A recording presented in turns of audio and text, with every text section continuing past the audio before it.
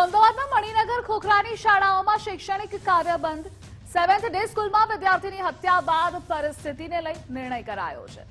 ગઈકાલે શાળા અને દુકાનો બંધ રાખવા વાયરલ મેસેજ બાદ આ નિર્ણય છે।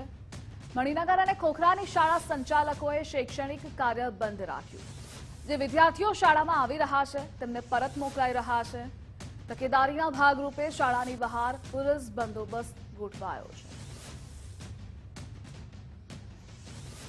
અમદાવાદ શહેરના ખોખરા વિસ્તારની 7th ડે સ્કૂલમાં વિદ્યાર્થીની હત્યા પછી આજે મણિનગર અને ખોખરા વિસ્તારની શાળાના સંચાલકોએ શૈક્ષણિક કાર્ય બંધ રાખવાનો નિર્ણય લીધો છે। જેના ભાગરૂપે આપ જોઈ રહ્યા છો કે આ મુક્ત જીવન શાળા આવેલી છે। બરાબર આ જે દુર્ઘટના બની હતી એની નજીકની જ આ શાળા છે, ત્યાં શૈક્ષણિક કાર્ય બંધ રાખવામાં આવ્યું છે। જે વિદ્યાર્થીઓ અહીંયા પહોંચ્યા હતા એ વિદ્યાર્થીઓના વાલીઓને જાણ કરવામાં આવી રહી છે કે શાળામાંથી એમના બાળકોને પરત લઈ જવામાં આવે ને અહીંયા નોટિસ પણ લખવામાં આવી છે કે આજે શાળા બંધ રાખવામાં આવી છે।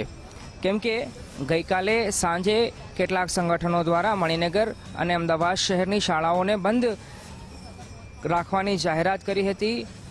જેના ભાગરૂપે આજે સતર્કતાને ધ્યાને રાખી આસપાસની વિસ્તારની શાળાના સંચાલકોએ બંધ રાખવાનો નિર્ણય લીધો છે। સાથે સાથે અહીંયા પોલીસ બંદોબસ્ત પણ રાખવામાં આવ્યો છે, જેથી કરીને કોઈ અનિચ્છનીય ઘટના ન બને। તકેદારીના ભાગરૂપે આપ જોઈ રહ્યા છો કે પોલીસ પણ પેટ્રોલિંગ કરી રહી છે આસપાસની શાળામાં અને કાયદો અને વ્યવસ્થાની પરિસ્થિતિ જળવાઈ રહે એનું ખાસ ધ્યાન રાખવામાં આવી રહ્યું છે। એટલે ગઈકાલે જે પરિસ્થિતિ સર્જાઈ હતી, પરમ દિવસે હત્યા થઈ હતી અને ગઈકાલે શાળામાં વાલીઓનો વિરોધ જોવા મળ્યો હતો। અલગ અલગ સંગઠનોના કાર્યકર્તાઓ અને સ્થાનિક લોકોએ પણ ભારે વિરોધ નોંધાવ્યો હતો। જે પછી આજે કંઈક આ પ્રકારની પરિસ્થિતિ અમદાવાદ શહેરના મણિનગર અને ખોખરા વિસ્તારની શાળાની બહાર જોવા મળી રહી છે। એટલે આજે આ વિસ્તારની શાળાના સંચાલકોએ શૈક્ષણિક કાર્ય બંધ રાખવાનો નિર્ણય લીધો છે, જેની સીધી અસર અહીંયા જોવા મળી રહી છે। કેમેરા પર્સન અંકિત દવે સાથે અર્પિત દરજી, ગુજરાત ફર્સ્ટ, અમદાવાદ।